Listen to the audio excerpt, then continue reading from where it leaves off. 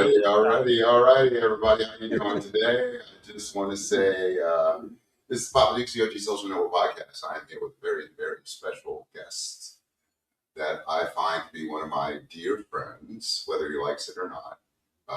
Sohan, owner of Silk Road NYC at 16636 Jamaica Avenue in Queens. Sohan has been, I met him the first day I met him. It was during his grand opening.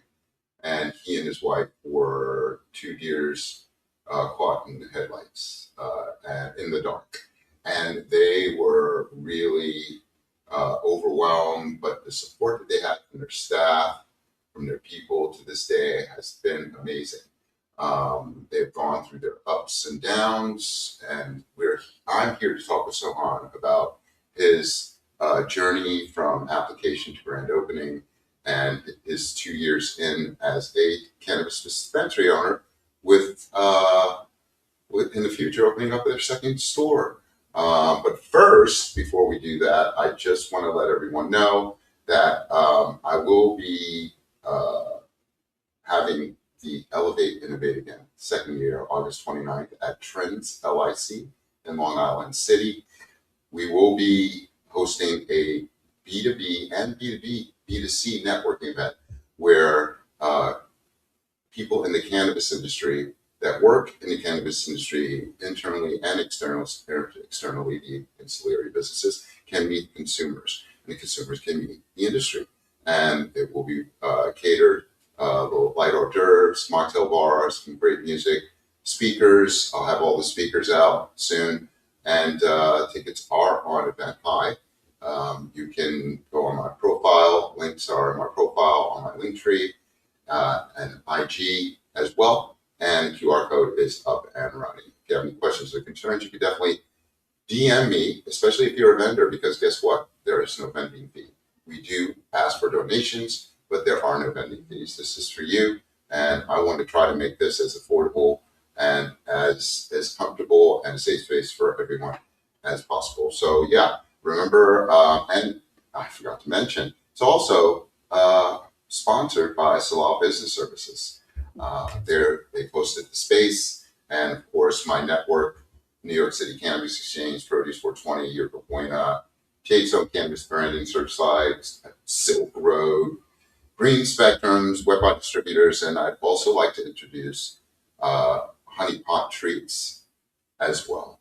I'm so looking forward to giving also a special shout out to cornucopia growers. Let me make sure I say that right, please. Yes, cornucopia growers. They're going to be one of the newer vendors coming in that everyone will be meeting that day, and I'm so looking forward to it. Also, we are in our second season. I hope to be at the Manhattan Neighborhood Network this Friday, and starting off in person and in studio interviews. That will be kicking off with our OG deep dive. I will be talking about the Jim Crow era and other topics that's going on, and doing a little special side topics and showcases on grow and terpenes as the year ends. I also want to give a big shout out to Dr. Daniela Vegada. 2026 Cornell High Cannabinoid Cannabis Sativa Field Day is September 11th, Friday, 8:30 a.m., 5:30 p.m. And it'll be at Jordan Hall, 614 West North Street at Cornell Agritech in Geneva, New York. They're only $35 per person, and it includes lunch. She does provide for hotel. She does have access for you to get a hotel if you're out of the area there, and it's sponsored by Cornell Cooperative Extension, Cornell Agritech, OCM, and others. Okay, so I really want to get to my man here.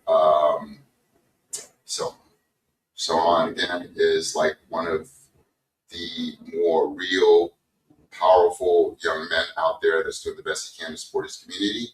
his people are from Bangladesh and the Bangladeshi community, and it's a very strong Muslim community and very beautiful culture, beautiful people. And I just want to say, what's going on, Sohan? How you doing, buddy? Uh-oh, you're on mute. You're on mute. Take it off. Yeah. Doing great, man. Thank you for having me on here. I loved your intro and all the things you said. This was great, man. You've come a long way. I've been watching you. It's like you've been watching me, Hmm. and I really do appreciate you for what you do. Thank And you. I know you've been here very frequently, so you see what we do. Hmm. And I want to shout out, like, first of all, the community for basically just carrying us. If nonetheless, you know what I mean? Like, yes, I put the Yeah. store here. I decided to open here in my own community, but it was how I was received and how, how they embraced us. And I'm opening with legal weed in a year that we barely even had indoors yet. It Right. was 2024. You know what I mean? We had outdoors, and we were still very well received. I recall one of my favorite cultivators at the time, and still, was Beck from Supernaturals. Hmm. Smoked her shit and hit her up like, "Yo, your shit is great. What the fuck?" Like, you know what I mean? Like, it was Hmm. like that. I also want to shout out, before anything, obviously the OCM for giving us this opportunity, and even the people that are not even with OCM anymore, like Chris Alexander, Right. Damian Fagan, and the likes of those guys. And Dr. June Chin is still there, part of the CCB. There was the Our Academy, um, Jessica Strange, Hillary, Sean Kelly, all those people that really, really did help me along the way. I'm really, really grateful for those people. And I could go on like for a long, long Of time, course. Yeah. on who exactly, including the brothers from Trends, who you're doing your Oh, I your love event. Brandon and Rodney Carter are amazing young men. Their history, their family, and you could feel the black excellence in them. I love them very Some real much. dudes. And when they weren't even open and they were coming here full support. One of them lived down the block. Like, it was, we did an AAPI event. They were there. We had a stage here. So they've been through with us through these moments as well. So I love that you're doing this at their spot. So Oh yeah, yeah. this is wonderful. I would love to have you there as a speaker. That's for sure, Brandon. I'd love to have Shit, you. shit. If I could show up, I'm there. All right. My thing is, all things may seem fine and dandy, and but realistically, there is actually not a. There's many factors to this business, just like any other business, Right. right? And Right. in this business specifically, there's regulatory issues. There's many things. Just to not just to point out one, like, oh, this is, Well, you know, we're there's going to cover those factors here in this finance, right, interview. You know what I right. mean? We could get into that. So But yeah, I would say before I start veering everywhere, you just go and start with your topic, so we have some structure. I appreciate you, Yeah. my man. That's why. Well, we're going to talk about the opening journey, right? I know you and I have talked about. We did. I went the first couple of months we were hanging out. I had like 4 hours of shit. So I was with you for like 8 hours. We did a lot, so you are going to kind of repeat yourself, all right? And then we do have new followers now and new subscribers. So I want you to take us back in the beginning. What inspired you to pursue a cannabis retail license and open Silk Road NYC and in Jamaica, Queens? So there's like a couple of different answers here, but since we got the time now, we're gonna go with the long answer, similar to Yeah, what we did the first time. Um, just like I'm a obviously I'm a weed smoker. I'm a dabber. I've been Mhm. smoking weed since I was 12, even early 11, seventh grade. I went to school right up the hill here, right up the same road. Um, it was Ryan Junior High School, and I was smoking and selling weed in seventh grade from 11 turning 12. So, and selling weed at 11, 12 years old, you have like a 5 to whatever year advantage over anybody else who thinks they're going to sell weed, and knowledge and experience. So and also, like I said, not everything's all fine and dandy. You're gonna get into shit. You're gonna get into shit. You get robbed. You could get stolen from. You could all kinds of shit, right? So, pardon my language. But if let's say that I'm into weed by the time I'm 13, 14. I'm going to high school. I'm already showing up freshman year with a bag full of bud in my packaged up bud in my that time we had thermals with the pocket, if you know about the pocket. Yeah. So I had bags full of bud right there freshman year, first day. So Mhm. everything was all like that for me. um I But the question was that what made me want to get a retail license. So Mhm. just my whole career was that, and I did very well in school. I was Cardozo High School was like kind of a magnet school. I was there. Then I got a full scholarship to Stony Brook University. Everyone makes the joke that it's Stoner Brook. Things like that. So this was already like weed was a thing for me before like most things that most of my hobbies and all of that started. So I basically learned to get high and roll up joints and package up and sell weed and go from nickel bags to ounces to pounds to boxes, which are hundreds of pounds, to a case, which is 1,000 pounds. Things like that I was into, because Right. this was my thing. So then when um let's say from around the year 2017,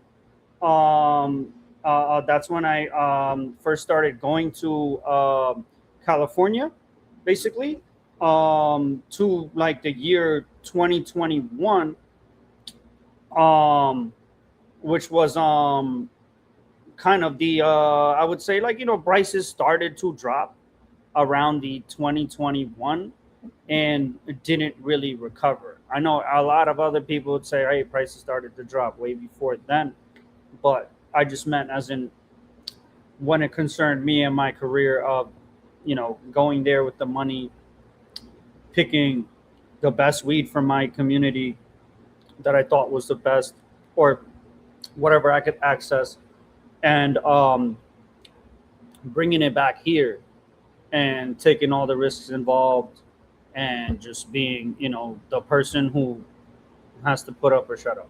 Right. Right. Not, Right. not, Right. not, not always put up. And so this was already my, like I was always saying that, hey, they made me a dispensary owner, and now I get to pick all the best weed. This is my same job that I had in Cali. Right. So, Right. Right. Right. without the shipping and the logistics right now. Right. So, Right. Right. Right. but Um. I originally saw that there, I saw literally OCM did a good job of marketing in the beginning, Mhm. because I saw online, because I didn't watch like TV, I didn't watch like NBC and stuff. I used to just have YouTube on, with like Mhm. frequencies and stuff like that, or rap music. So, Mhm. so then I see this online. I'm going through my emails or whatever. I'm going through Google, and I see that OCM had a little ad or something about legalization and licensing and applications, right? that they this is like, I believe, early 2023 is when I Mhm. saw that. Mhm. That's And about right. I took the email that was there, and I straight emailed them that, hey, I'm so and so from Jamaica, Queens. I have two like properties here in the city that I'm basically doing a distribution network from. I put everything on the gate right there, right? Oh, you're the legal, you're the body that gives licenses out for this. This is what I'm doing. This is what I do. So I let them know who I am right there. And I'm like, dude, and I have a farm upstate. um, this was my plan prior to me finding out there was legalization, that I was going to grow up there and then sell it down here for to a customer base that I already had, that I was getting at least 300 and my what I would send to California to shop would be around 360K Mhm. every month at the time. And I Mhm. sent them a civil asset forfeiture case um, information of that one time when I did ship the money, and the California DA took it, Mhm. and then I had to basically battle her back for the money legally, and I got most of the money back. Um, things like that is what I told them. Like, yo, this is definitive evidence that and that's just my re-up. Imagine what I was getting from that. You know what I'm saying? If I'm flipping 360 racks every month in the hood, Imagine what you could do with the legal industry. that's So, exactly what I was saying. That I made a straight up uh, uh, uh, um like a proposal, and I kept it more or less. You know what I mean? Because I hit those numbers in my retail dispensary monthly. You know what I mean, with them. But this is years prior. Oh, I think this was not 2023. I'm sorry. This was, I believe, 2022. okay. Because it took until the end of 2023 to basically get through to the application windows, and I was named, I believe, one of the first 50 to hold a card license. So Oh, wow. You were the first 50 applicants for the first to round. be given a provisional, Right. and then I opened as number 75, Right. because they Right. had the nonprofits in there that counted for a few Yeah, of them, yeah, yeah. No, no, no. um, But you were number 50, you got your and the license MSOs. provisional, and then by the time you were able to open, you were the 75th store to open. Right. That's And that's amazing. yes sir, yes sir. And basically the what they came back to me with, because I'm right, I wrote them this email. I sent them pictures of houses and all that, and I'm like, hey, and I have a house and property and farm in California as well. This is what I was doing to amass this. It's in the same, like, the document that I sent them, that Hmm. the So California you, DA sued me. yeah, She actually put all of my properties in that. Like, hey, I know you do this, I know you're here, and I know you're there, and I know you're in these two places as well. one of These the are all few, owned by you. one of So the few, yeah, yeah, one of the few transparent cannabis businesses out here.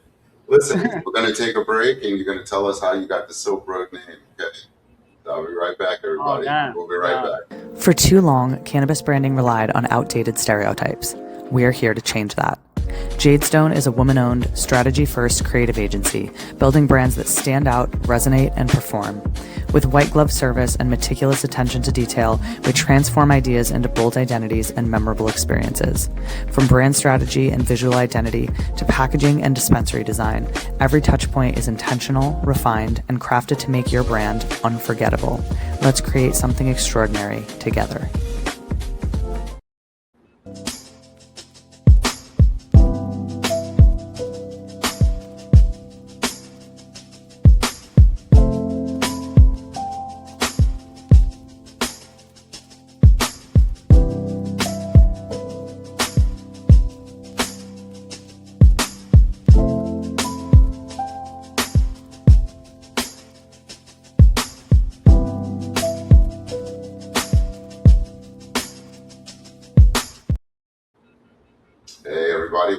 I'm back with Sohan Bashar, owner Damn, who made that commercial? So, bro, you gotta let me finish doing my thing, man. You messed me up, and now I'm gonna keep that in the edit to show them how you see me cut people off and shit. I'm back here with my dear friend Sohan Bashar. Oh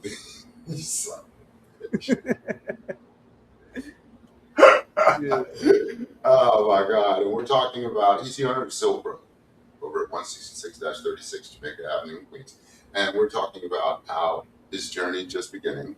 And I want to know how you got the name Silk Road.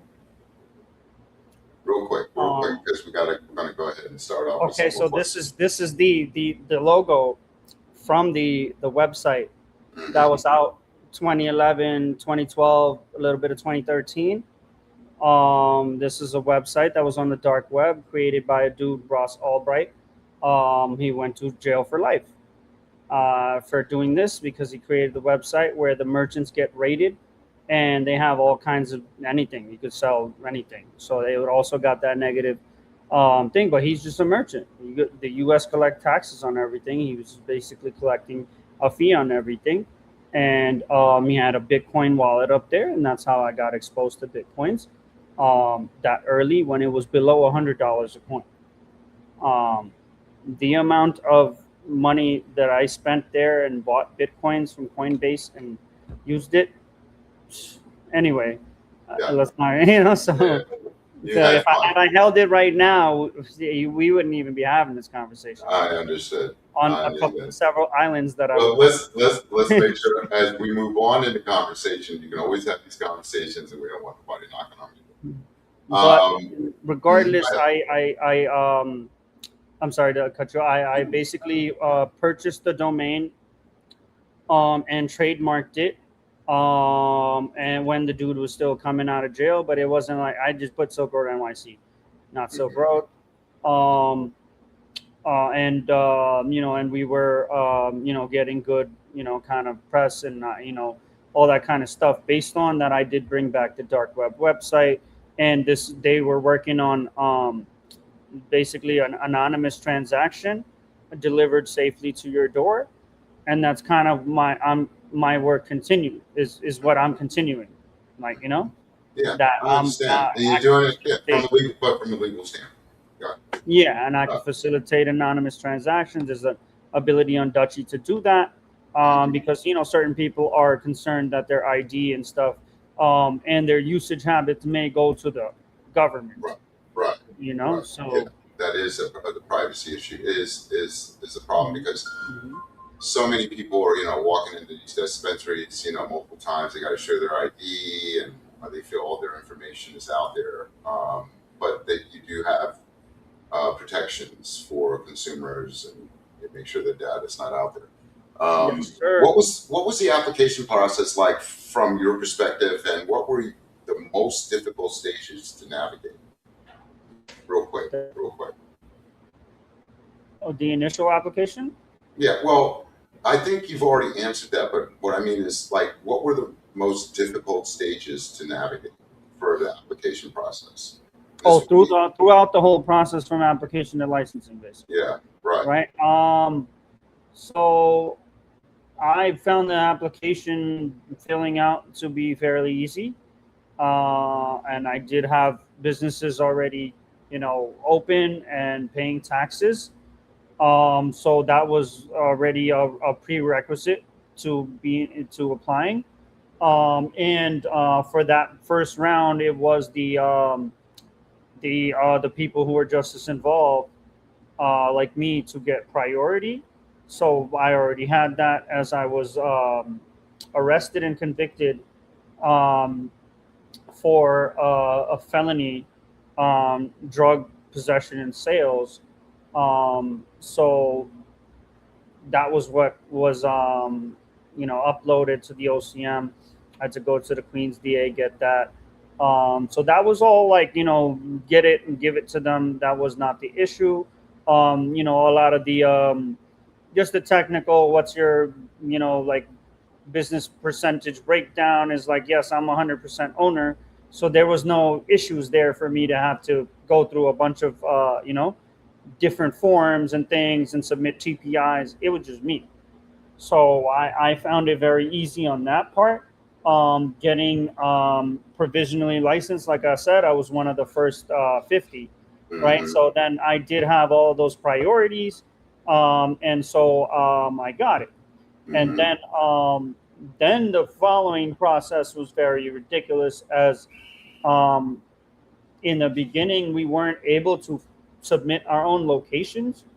We had to wait for Dasney to give us a location to go check out. Mhm. But they did it fairly quickly for me. They offered me a location where Good Grade sits now, of 16203 Jamaica Avenue, Mhm. um, and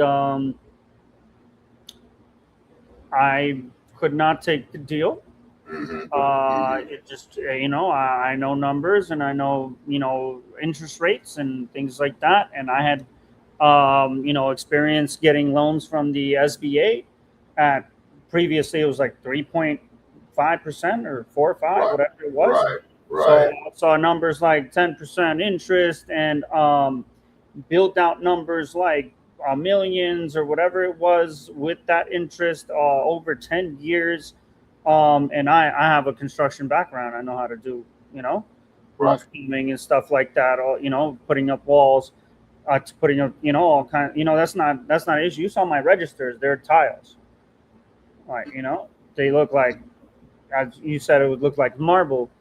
Those are tiles on a wall Right. I built when my registers weren't coming in time. Um, the stall basically, Right. Right. Yeah. Yeah. Yeah. Yeah. so that was the hold up was really the location process, and then it was more of a deal that I'd be stupid to take. Right. I didn't know now that they were not paying, and then they're gonna try to get their loans forgiven and all that. And I'm here just doing paying rent for all the time that I'm here. There's nobody to there's no pool of $10 million that automatically gets replenished from the state's money, Right.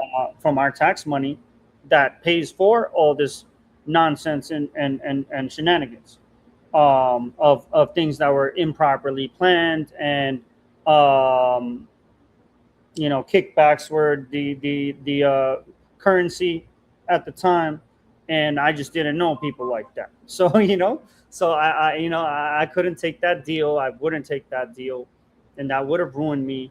And it was 35K a month rent, Mm. um, with Mm. 20 something K, I believe, a month in build out repayments. Mm. Um, so that's already like 50 something K, 55K. And I did recall that, the with the cannabis sales and the taxes and the regulatory process, and how many times you get taxed, right? And if you pay yourself, you get taxed again. So I basically took it as, hey, whatever sales I'm gonna make, um, I'll probably take home like 15 to 20% at best. Anyway, so if I'm already having to pay almost $60,000 a month, that's before including employees and all the auxiliary services that I'm gonna have to pay for. Um, I'm gonna have to be at above like 300 to 400,000 dollars in sales every month, Mhm. or there's no way I can make it. And that doesn't include the if you saying you get taxed at an effective 70% rate, or however which ways people say it. But Mhm. those kind of any number you say monthly, 13% is taken off of that, as that's what's going to the state right away, right? The state and local, it's 9% and 4%. So that doesn't go to us, right? So if you buy $100 product, you're paying $113, right? And the Mhm. $13 already goes to the government. And then what I'm adding is how many times I got 113 or whatever this month. the price of what I want and the taxes included as my total. So that comes off right there, and then and then half of the rest is your cost of goods that you have to pay, right? Unless you want to be on the COD list like all of these other, And Right. but anyway, Yeah, no. I've been hearing it a lot. One of the major issues right now is the COD list and how many dispensaries. But by the way, he's not on COD list. You're also listed. Let's make that clear. But many of the dispensaries out there are not paying the micro businesses the monies that they need to continue operation. Micros are trying to ask for cash, then I completely understand that. That's why some of them I don't take, because I'm just not trying to risk, like a $9,000 on weed that I've never tried, weed that you're saying that it sells as fast as I have it, Right. And all kinds of things to sell it. But like if you're like, you got to be a real person. If you don't give it to me to try and act all Hollywood, and you expect me to pay cash, I'm not gonna kiss your feet. Right. I also don't want them to, be defeated in business as their craft growers and small micro businesses. So I completely understand why they're asking for cash. I just sometimes respectfully decline, and sometimes I'll pay it. Sometimes I'll pay it just to try it. But the ones that are kind of, I felt like are losing right now is the cultivators and the distributors that credited all these people and have millions of dollars out that are not getting paid, and then they still have to pay the taxes, that 9% potency tax on that quarterly anyway. So if you have a balance for 8 months, they already paid 9% of that to the government like 5 months ago, and you owe, and you're just Yeah. Right. and finger there, you show up, they kick you out the store, so I heard about all this. So that's fortunately I've always like paid my dues, and I'm a strong believer in, you signed up for this, you took this, you should pay it. No excuses. Yeah. If they're nice enough to take certain things back that are not moving, that's a great relationship. You should hold that. So that, and I don't see how you could screw that up unless you made bad decisions, like taking a place for way more than calculated, possible. Right. And that's not, then you're not thinking of anybody else in the area that has the potential to open. Like right now, this year, so like 2 other stores opened in a very close vicinity to the store. One of them on my mom's block on 172 and Hillside. Sold hard drugs over there, cocaine and heroin, all that, from that block to the Ave. It's a wonderful area. Right. It's just like, all right, like, how am I supposed to take it? Cool. Like, yeah, you bring in accessibility to the people that may not want to walk down to the Ave. I get it. There's, things like that. But nonetheless. All right. Do you have a fear of your being in a saturated market? I mean, it's already done.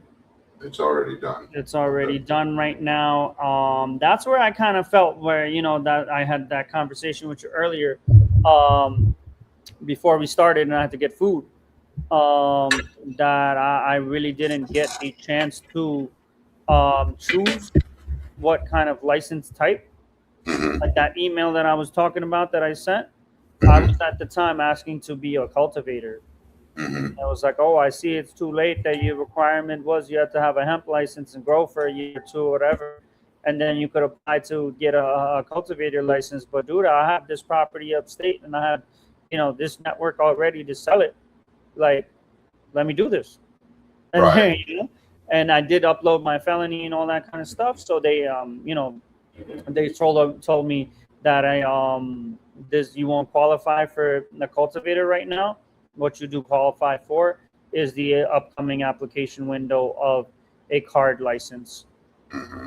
that is specifically for justice involved individuals and things like that. Okay. Um, so Well, that's the card license has definitely helped many. I've met a lot of people, Turp Bros and Two Buds, yeah. for It example, was a and like Con Bud. So, yeah. yeah. No, sorry to cut you off, but it was basically it's priority was given to the felons and the justice impacted, those from a community disproportionately impacted by the war on drugs, which was great. They got the law passed, um, basically promising to help people like us, right? That they're gonna do restorative justice, and those who are most impacted are going to get the first opportunities to do this. Great. For me, I felt they kept their word. I'm sure there's many other people that feel that they didn't keep their word and they betrayed them or whatever, what have you. Um, but I'm one of the examples that I'm an outsider. I don't have an inside with these people at the OCM, but I somehow made it through all the cracks and all the Mm-hmm. all the obstacles, Mm-hmm. um, and then we had further obstacles. We can get to on that other podcast that you wanted to, Yeah, yeah, yeah. But Um, let's before we what, veer off, what's your that question? what made you choose Jamaica Queens? Was it the fact that Dasney found the location for you, or is it good that it was in your community? Damn, I don't want to go from the Dasney to that right away because like I did go very close to that specific Dasney. Right. Well, what exactly occurred in my situation, which may be very different for others, because at the time that you get your license is very crucial. At the time that I did get my license, um, landlords did not want the anyone Yeah, to yeah. read anything because they were cracking down on all the places, right? So there was no news of, hey, what are they being replaced by as legal places? Because they were just looking at me like, hey, you're probably another one of those trappers that say you're going to open a deli and then you're going to open a smoke shop. Oh, you're just telling me right away that you're going to open a smoke shop? I'm like, Right. hey, this is not a smoke shop. This is a dispensary. But they were that conversation wasn't ready yet for a lot of these places. Mm-hmm. I went around a lot of places. I went to Fresh Meadows. I went to Cute Gardens. I went to um, really like even here. I went to Hillside. Um, close by where Cannabis Realm now opened. That was a parking lot for cars Mm-hmm. at one Mm-hmm. point. And I asked across the street. They said no. I asked on Hillside 169, which is now this place, which is now a Carvel, which Mm-hmm. I thought would have been great for me right next to the subway. Yeah, yeah. And they're like, no, we don't want cannabis. It's Right, illegal. right, right. Yeah, there is still a hardcore stigmatism against the cannabis community, and not realizing there's a study that just came out that cannabis usage is now surpassed tobacco and liquor industries. Well, right now, 2026, all the landlords are with it. Yeah, All of the landlords are with it. At the yeah, time of 2023 and 2020, it was 2023 when I was looking. It was right. a hell no. It was a hell no everywhere. Yeah. So this guy right here, in it's 16630 Jamaica Avenue. The broker for the spot,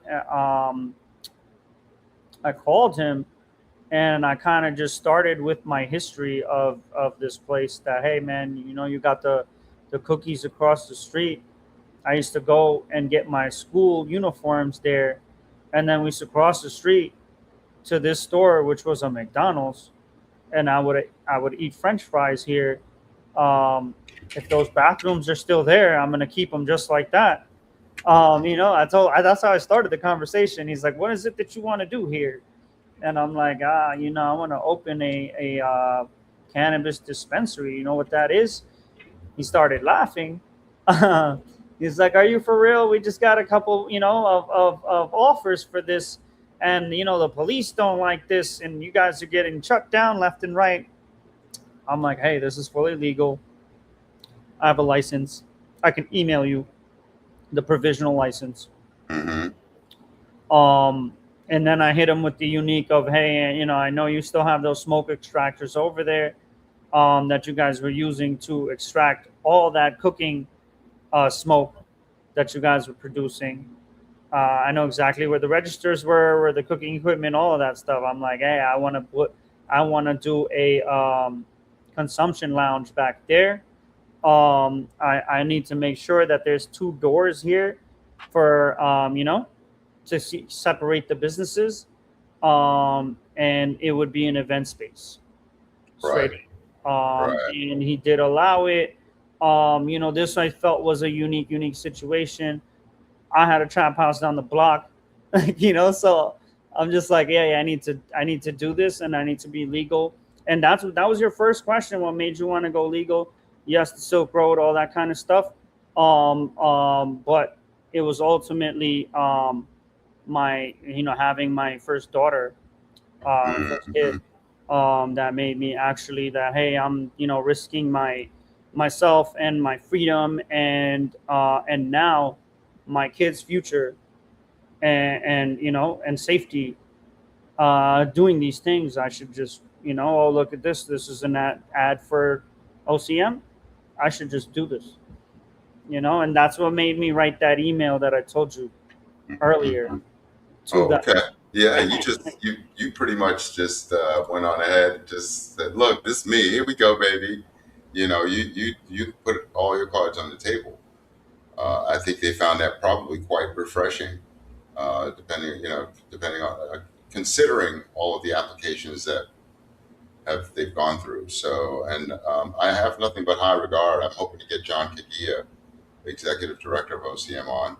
I was able to see him at the most recent Cannabis NYC event, the Cannabis Festival and Resource Fair. Uh, uh, Mm-hmm. it was very nice.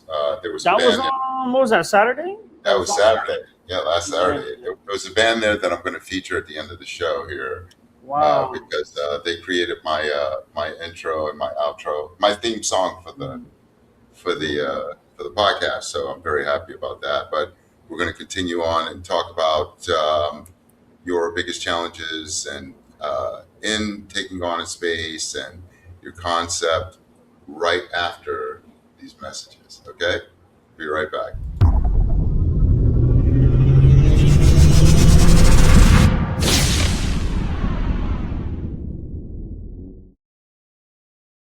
For too long, cannabis branding relied on outdated stereotypes.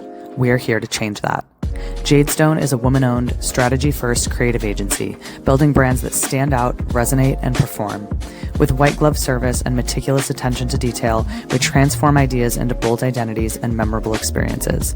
From brand strategy and visual identity to packaging and dispensary design, every touchpoint is intentional, refined, and crafted to make your brand unforgettable. Let's create something extraordinary together. At Proteus 420, they provide high-quality services and educational resources to support your growth and help you thrive in the cannabis community.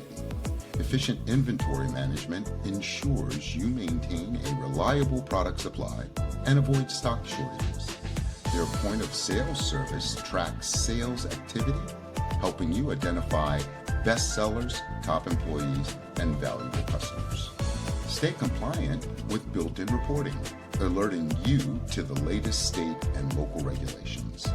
with payment processing, accept payments seamlessly across various methods, including cash and debit. Their customer relation management system builds loyalty, ensuring tailored offerings for repeat business. Proteus 420, empowering your cannabis business for success. What's up, everybody? We're back. I'm back with Sohan. We're talking about his journey as a retail dispensary owner, from application to grand opening, and the struggles he's had to go through and obstacles. And it's usually the same throughout the whole industry.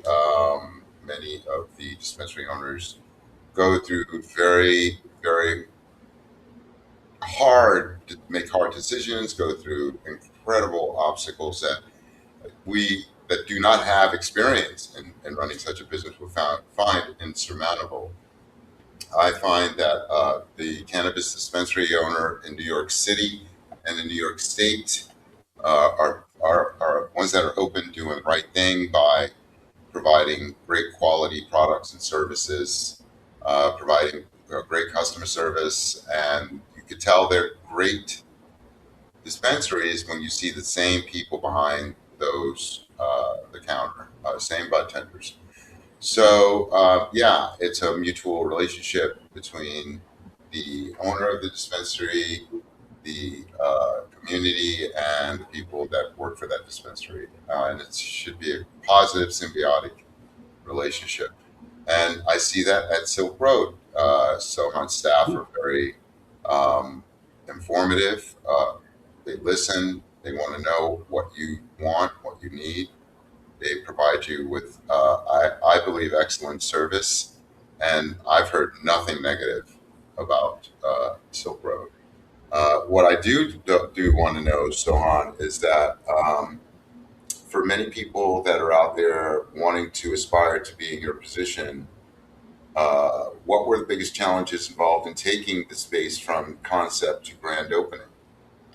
Could you please speak while I take a dab? Thank you. Oh, yes. So currently right now, we're going to take a 5 to 8 second to 10-second break to watch this man dab. And he dabs some of the really great concentrates.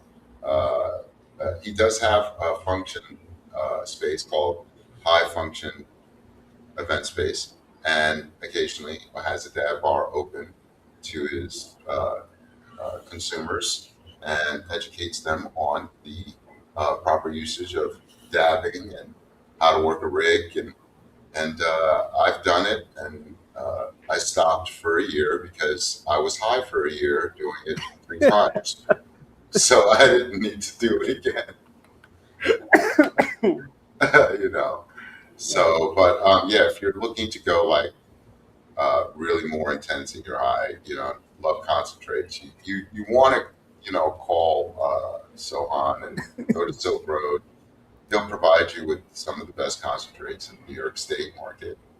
So, well, side note, do you have any preferences for concentrates that you like for the consumers? Well, I mean, right now, it's like a dream come true right now for me in that sector. One of my day ones, I was with them in their 2019 Emerald Cup. They won first, second, third, and fifth for best rosin. Their father was there when the dude was going up on stage. The father's like, "That's my son." I was there behind their booth giving out dabs to people. This is in California, the Emerald Cup. Right. With the bearded dude that spiritual, that So I was, I was there. These are my day ones. There's a company called Kalea. Mm-hmm. So nothing but good things to say about them. They gave me some of the best GMO rosin that I could find at the time. But I've been with them for this long, and they're finally here in this in the New York market, cultivating for and with a royal leaf, which is a micro, I believe. Mm-hmm.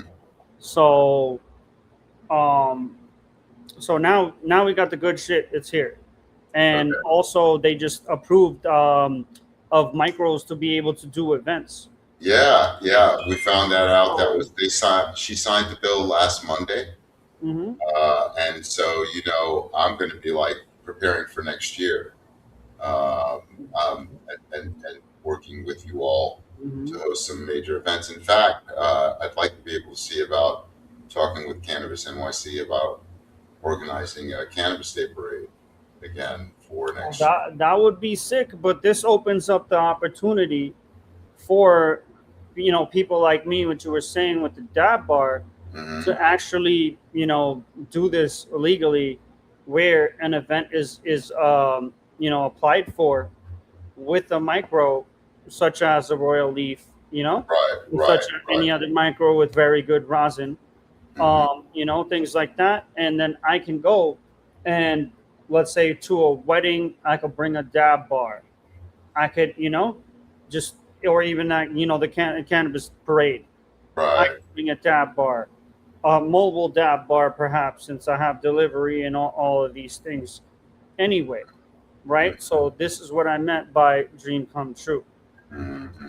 The Yeah, nightmare side to that is obviously the taxing and the regulating, of things course. like that. But what can you do? At least we're given the opportunity to do it, and we're doing it. um it's not a laughing matter. Like we are able to feed our kids and feed a bunch of families that are working with us, and so this is, it's nothing to be seen as um or just just a negative viewpoint that people bring to Yeah. people Well, selling weed, yeah. Hmm. and how are you feeding your kids off of selling drugs, which is, I already been through that, and Say very comfortably. I did the time, I did the crime, the time, the reflection while I was doing the time, Right. that I'm never gonna sell hard drugs again, and anything that I do sell, I wanted to bring positivity to the people and happiness and joy, and not those kind of bad feelings, like selling heroin to somebody, and their family wants to kill you for keep giving them access, and they just they're in pain, and they just want more, they physically want more, need more, and you're just now taking advantage of No, I do. I their do. I do. chemical processes that make them wired to go get money and Yeah. bring it to you at $90 a gram, or whatever I was getting at the Right. time. Right. Yeah. Oh, So you've walked away from the dark side. How have the first 2 years compared with what you expected when you started the journey? So has everything so far been met to your expectations? I mean, considering the obstacles, across the board, the vendors, people, business services. um well, can we just wait, so what specifically, how are the first 2 years Well, versus yeah. How have the first 2 years been? How have they been so far for you and your business, your fan? first year And was great. the interaction with the community.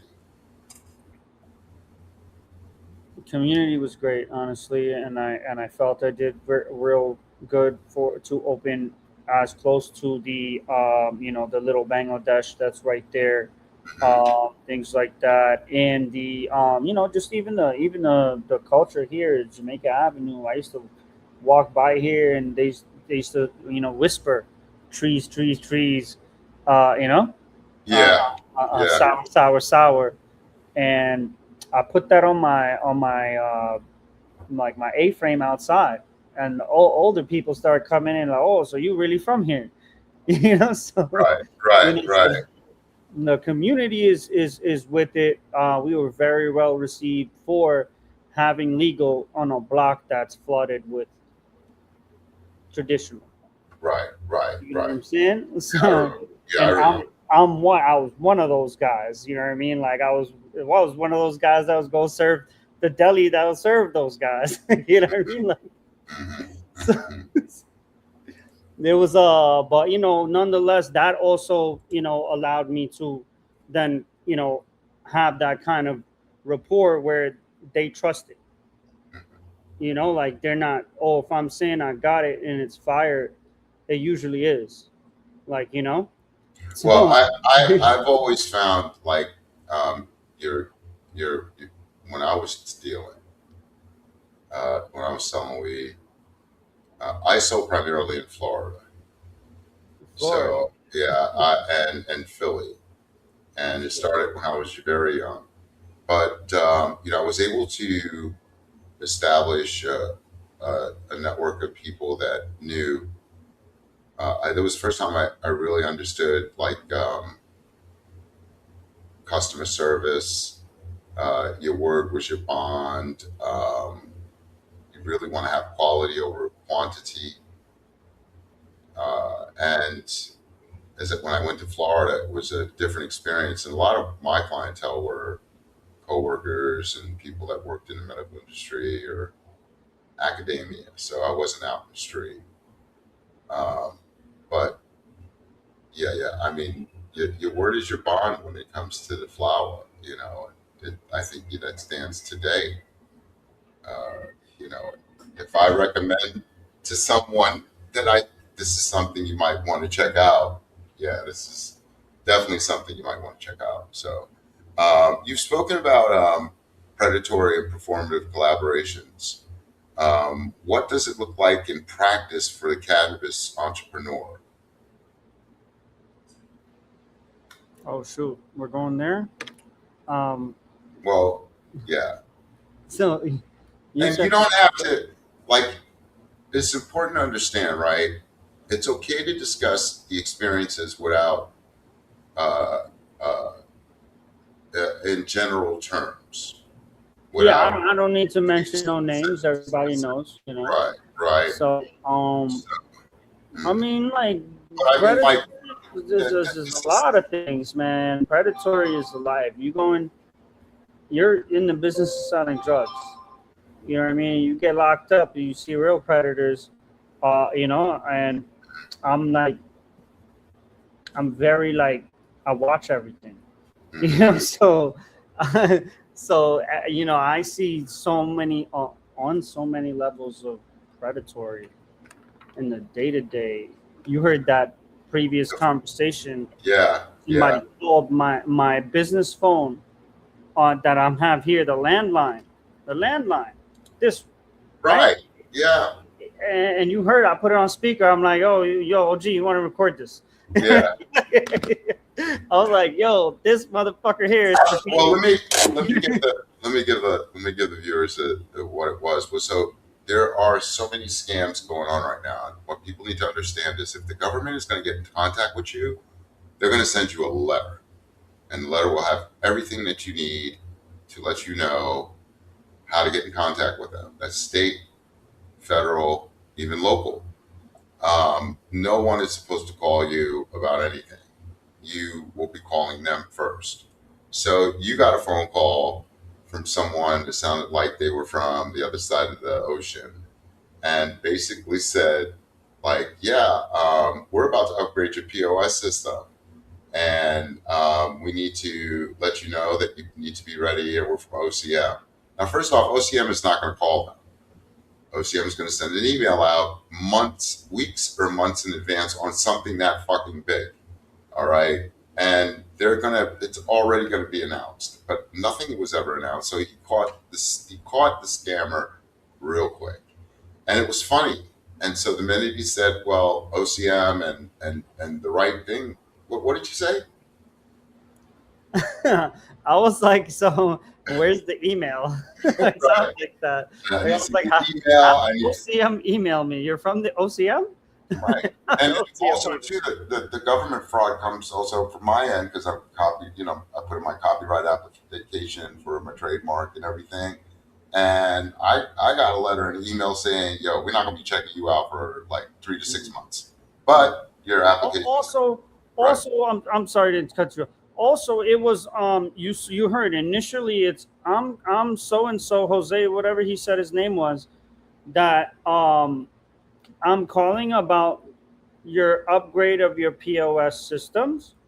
We're gonna do this at 9 o'clock to 10 or whatever he said tomorrow morning. um are you ready? Right, isn't that what he said? Yeah. Are you ready? Yeah. Yeah. Then I said, what company are you from? Right. Right. Clearly didn't sound like he knew what he was talking about. And my employee who handed me the phone said, yo, this guy says he's from the OCM. Right. Right.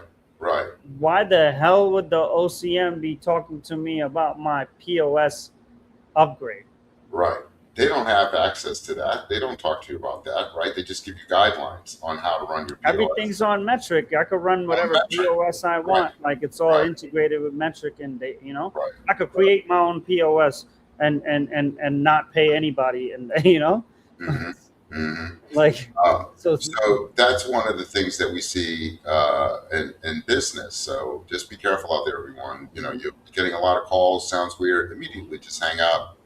Report to phone number, and if you feel very concerned, contact your local, government agency.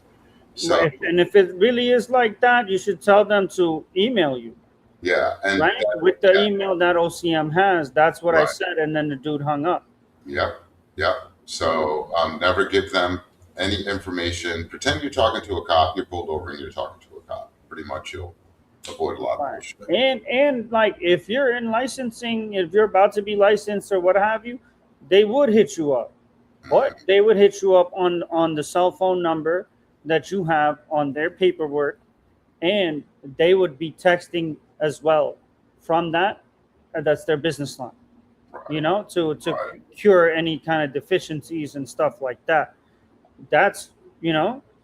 you could understand that, and they speak obviously in hey, this is your license number, this is that. We have everything here, but we're opening your portal. We need this uploaded there. Right. But in order for that to happen, you already have the chain, and who your rep is. And it's a follow-up from the emails that they've been sending you. Mhm. So this is and the other time you saw the couple years, what was that, like a year and a half ago or something, where one of my employees was allegedly tricked into opening one of my safes, Yeah. saying that the fire department or whatever is there, and that I owe the fire department this much, and they need to open my safe to get the pay, or whatever happened. I don't know what the heck. But I Right. was just watching on my cameras, and just seeing one of my employees using a wood cutting saw Damn. blade to try and cut through metal, and the metal little pieces were splashing the person in the face. What what will possess them that this person to even think to go there? That doesn't make sense. I mean, I know this is an industry that requires high trust and safety and security.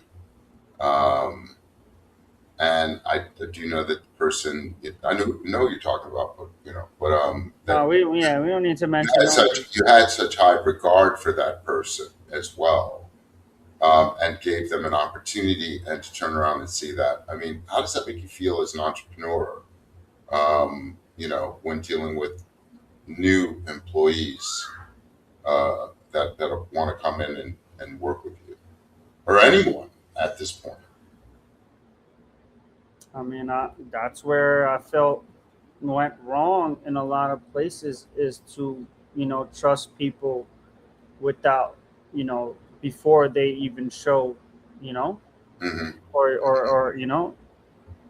or just it's hard to have somebody reveal themselves while Yeah. training them on this, so you get them cut them before you got the probationary period, Right. things like that. So but I would say tendencies come out in the legacy world. Would have gave them some acid or some shrooms and watched them say everything that they was gonna But like, in the legal world, it's not, you can't do none of that. It is a, it is a conundrum. It's walking on a fine fucking line. How have you experienced situations where people wanted to access your platform or business without offering meaningful value in return? I'm sorry, it just keeps going in and out when you're Uh, asking these questions. can, But can you hear me now? yes, and what number question was that? So I can. Oh, no worries. It's 13. How have you experienced situations where people wanted access to your platform or business without offering meaningful value in return?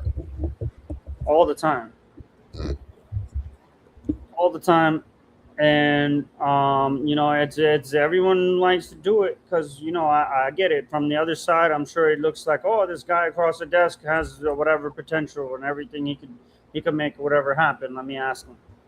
right. So Yeah. I get it. I get it, but and also many people told me, "Yo, you make yourself too accessible," so I stopped chilling. Like my Right. own office, I started putting the curtain up. Like so Hmm. so don't come back here. Right. Like shit like that. But I don't want to mention any specific No, it's just, yeah. things. Yeah. But I would just like people to be more conscious of what they're doing and be more wary and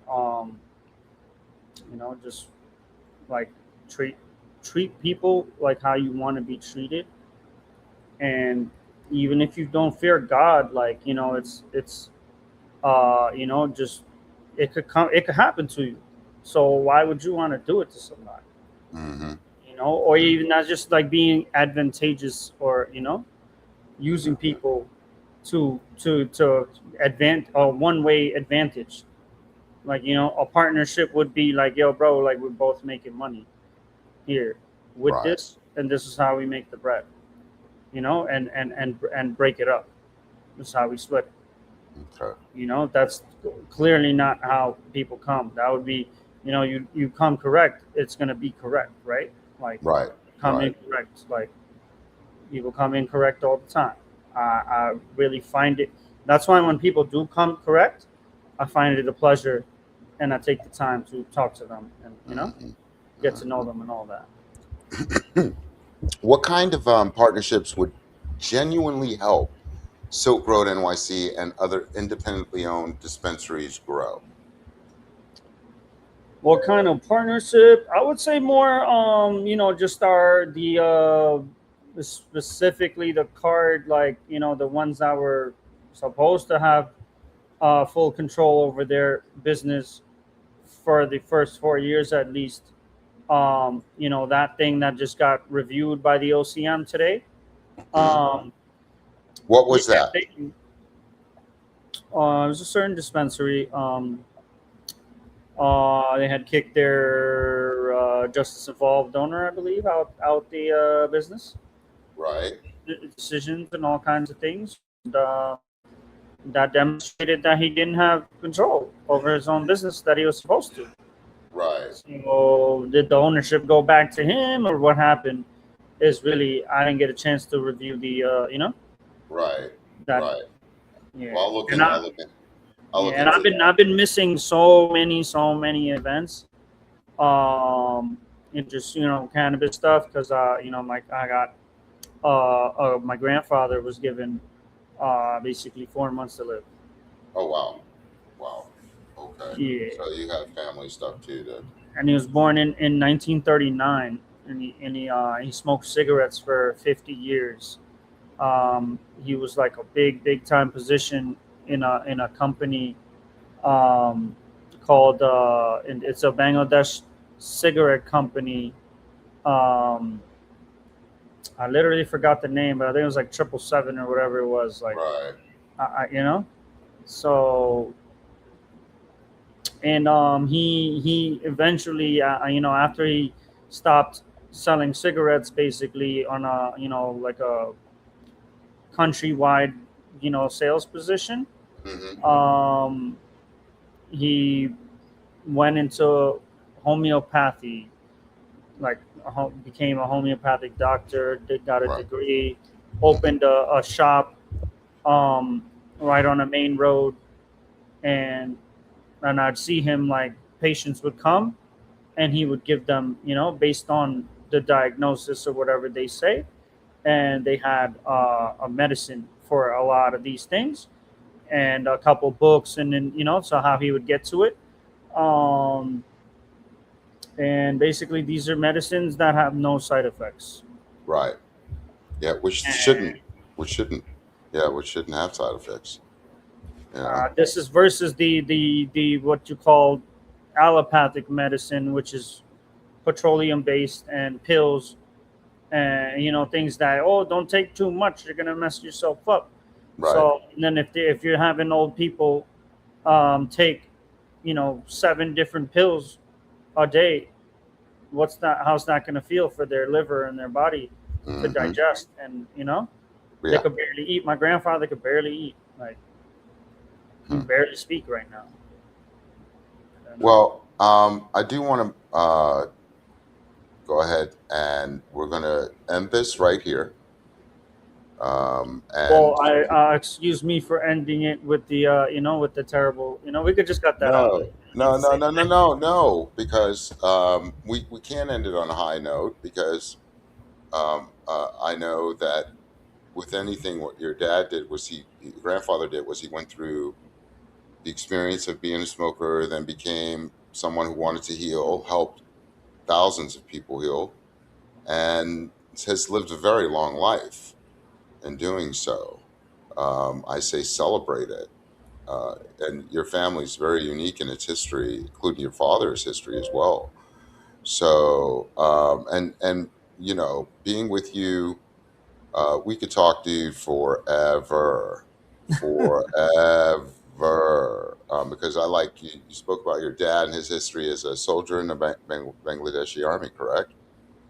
Yeah, at the Yeah, time it was Pakistan. Yeah, or Pakistan Air Pakistan, Force, right, because right. they named us one country.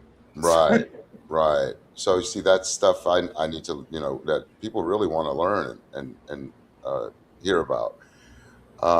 We're going to do part two next week, same time, and then that way I can edit all this stuff out, and this will be edited and out next week, and then when we do the next show, then the following week, so and do a part two, because I want to talk about Muslim identity and entrepreneurship.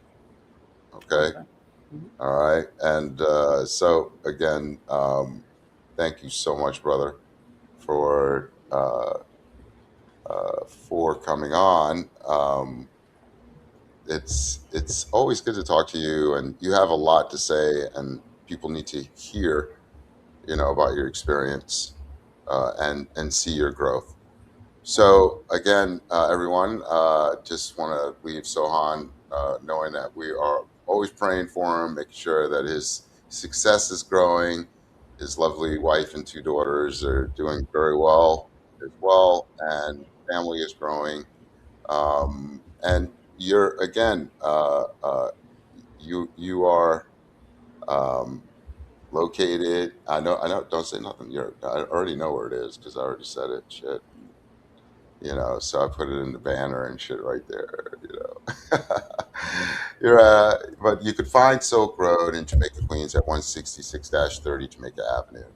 A bunch of trains and buses go there. E&F gets you there, and a bunch of buses. So figure it out. Other than that, thank you, Sohan. I appreciate you, man. I'm gonna get all this out for you, and you'll be so happy. And I think again, what we have going on in the future for everyone is the cannabis industry is going to blow up. It's blowing up now. We're looking at being at 6 billion this year, and we're already over halfway there. The midterms are coming up.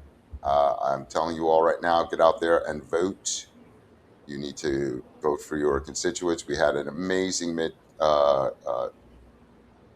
Democratic primary, and we swept many of the many of the APAC uh, and centrist Democrats, people that we want there. So look out for Democratic Socialists politicians and non-APAC politicians, progressives, we need to change the political landscape for the better. So midterms 2026, everyone should be out there voting.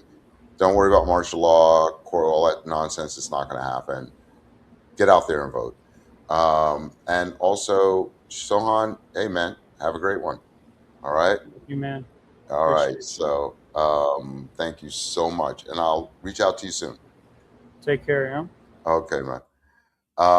So yeah, we are again back at the show. And I want to thank my sponsors so much. New York City Cannabis Exchange, Yerba Buena, Jason Cannabis Branding Agency, Silk Road, Proteus 420, Green Spectrums, Surfside, Wetbot Distributors, Honeypot Treats just came on. I love their gummies. They really have, their drops. Their drops are amazing. They have the hot honey drop, the honey drop, and a lemon honey drop coming out real soon. And I want to give a special shout out to Cornucopia Grows, who will be attending the Elevate Innovate event that will be on August 29th between 5 and 8 p.m. at Trends LIC in Queens. It is sponsored by Salal Business Services, and we are going to have an amazing group of people there. So thank you all so much for joining us. Thank you for being a part of our community. And remember to relax, relate, and release. This is Poppadukes, the OG Social Network podcast. You have a great, great evening.